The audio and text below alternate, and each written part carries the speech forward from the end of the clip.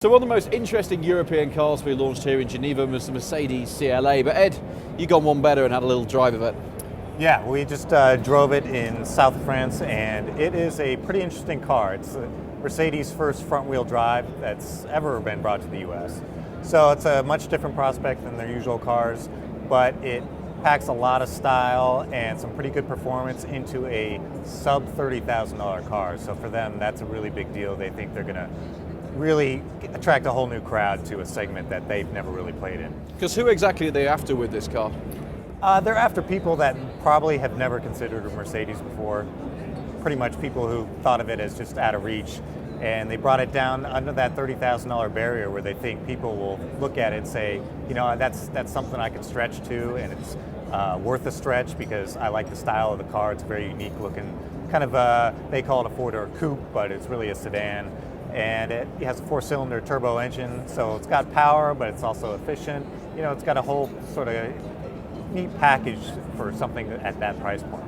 Because every manufacturer is targeting the youth, but do you think that'll happen with this car?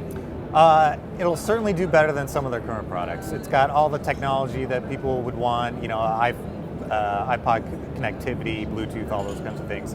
And I think most of all, it's got that styling that people will say it looks a little bit different than just about anything else in that category. And that's always a big pull for that.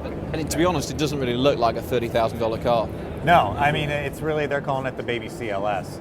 And obviously the CLS was a huge hit for them, but we're talking $60,000, $70,000. So if you can get that kind of style at $30,000, that's going to be a hit. And there's an AMG version coming up, and here in Geneva we saw the same that AMG engine in the A-Class hatchback, which we get here in Europe, but not in the US. Yeah, that was kind of a little preview of what we expect to see in a couple months, and that is really going to be a spectacular car because you're looking at 350 horsepower out of the same size engine, 2-liter turbocharged. That'll have all-wheel drive, lowered suspension, bigger wheels and tires, that whole deal, and it looks fantastic, I think. And that sounds like a hell of a lot of engine to get. Sounds like a hell of a lot of power even to get out of such a small engine. But they do anything about turbo lag?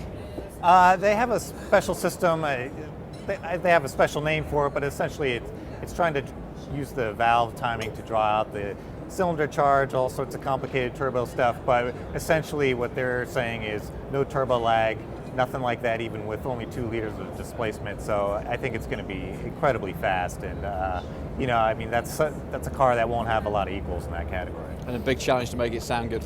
Yeah, I think they'll do very well in that. AMG always does. And Eddie, seems likely we'll be seeing the CLA AMG at the New York show in 2 or 3 weeks' time. Definitely going to be a car looking forward to. And we'll be taking a closer look at the CLA AMG when Ed and I both head to the New York Auto Show for Easter week.